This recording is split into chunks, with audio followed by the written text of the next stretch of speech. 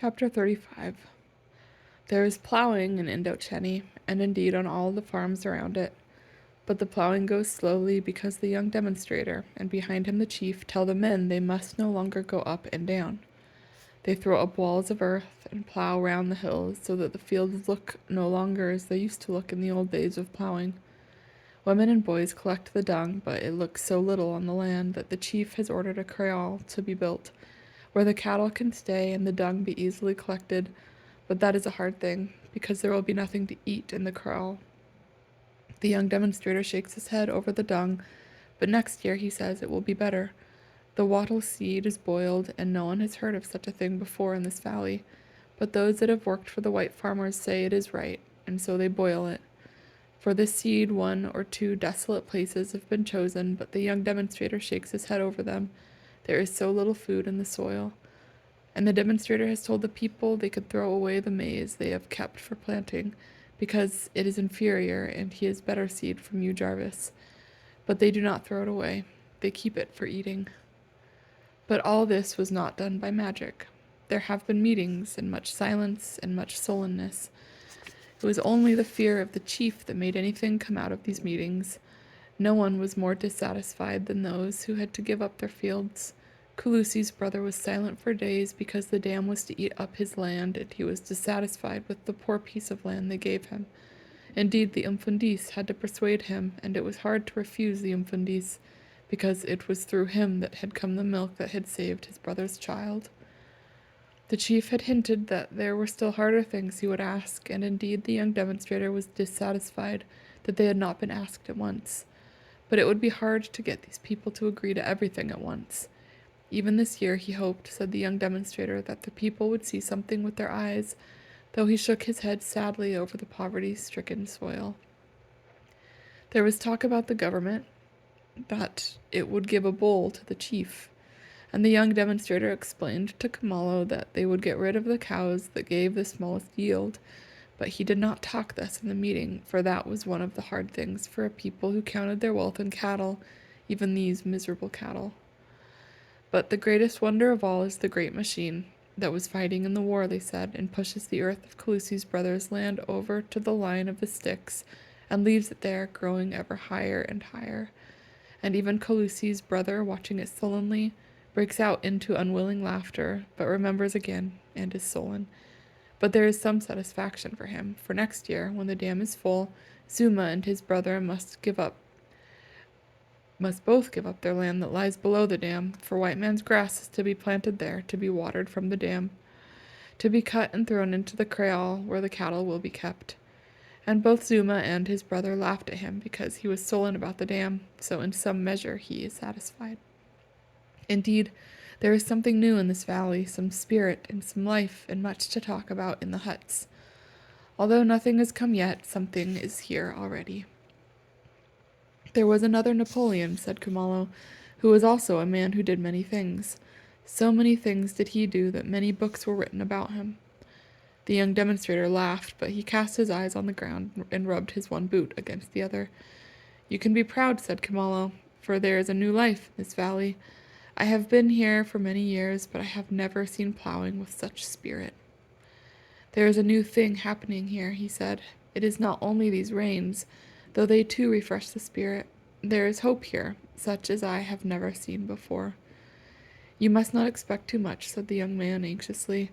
I do not expect much this year. The maize will be a little higher, and the harvest a little bigger, but the soil is poor indeed. But next year there will be the kraal. Yes, said the young man eagerly, we will save much dung in the kraal. They say to me, Umfundis, that even if the winter is cold, they will not burn the dung. How long will it be before the trees are ready? Many years, said the demonstrator gloomily. Tell me, Umfundis, he said anxiously, do you think they will bear the winter for 7 years? Have courage, young man. Both the chief and I are working for you. I am impatient for the dam, said the demonstrator. When the dam is made, there will be water for the pastures. I tell you, Umfundis, he said excitedly, there will be milk in this valley. It will not be necessary to take the white man's milk. Kamala looked at him. Where would we be without the white man's milk, he asked. Where would we be without all that this white man has done for us? Where would you be also? Would you be working for him here? It is true I am paid by him, said the young man stubbornly. I am not ungrateful. Then you should not speak so, said Kamala coldly. There fell a constraint between them until the young demonstrator said quietly, Umfundis, I work here with all my heart. Is it not so? That is true indeed. I work so because I work for my country and my people. You must see that, Umfundis. I could not work so for any master. If you had no master, you would not be here at all. I understand you, said the young man.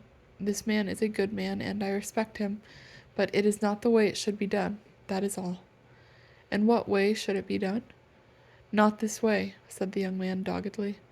What way, then? Umfundis, it was the white man who gave us so little land. It was the white man who took us away from the land to go to work. And we were ignorant also. It is all these things together that have made this valley desolate. Therefore, what this good white man does is only a repayment. I do not like this talk. I understand you, Umfundis. I understand you completely, but let me ask one thing of you. Ask it then. If this valley were restored, as you are always asking in your prayers, do you think it would hold all the people of this tribe if they all returned? I do not know, indeed. But I know, Umfundis. We can restore this valley for those who are here, but when the children grow up, there will again be too many. Some will have to go still. And Kamala was silent, having no answer. He sighed. You are too clever for me, he said. I am sorry, Umfundis. You need not be sorry. I see you have a love for the truth. I was taught that, Umfundis. It was a white man who taught me. There is not even good farming, he said, without the truth. This man was wise. It was he also who taught me that we do not work for men, that we work for the land and the people. We do not even work for money, he said. Kamala was touched, and he said to the young man, Are there many who think as you do? I do not know, Umfundis. I do not know if there are many, but there are some. He grew excited. We work for Africa, he said, not for this man or that man, not for a white man or a black man, but for Africa. Why do you not say South Africa? We would if we could, said the young man soberly. He reflected for a moment. We speak as we sing, he said, for we sing Inkosi Sikilel I Africa. It is getting dark, said Kamala, and it is time for us to wash.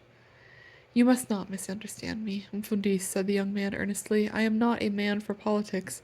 I am not a man to make trouble in your valley. I desire to restore it, that is all. May God give you your desire, said Kamala with equal earnestness. My son, one word. Yes, Umfundis. I cannot stop you from thinking your thoughts. It is good that a young man has such deep thoughts. But hate no man, and desire power over no man. For I have a friend who taught me that power corrupts. I hate no man, Umfundis. I desire power over none. That is well, for there is enough hating in our land already. The young man went into the house to wash, and Kamala stood for a moment in the dark, where the stars were coming out over the valley that was to be restored, and that for him was enough, for his life was nearly finished. He was too old for new and disturbing thoughts, and they hurt him also, for they struck at many things. Yes, they struck at the grave, silent man at High Place, who, after such deep hurt, had shown such deep compassion. He was too old for new and disturbing thoughts.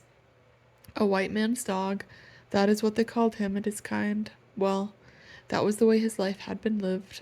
That was the way he would die. He turned and followed the young man into the house.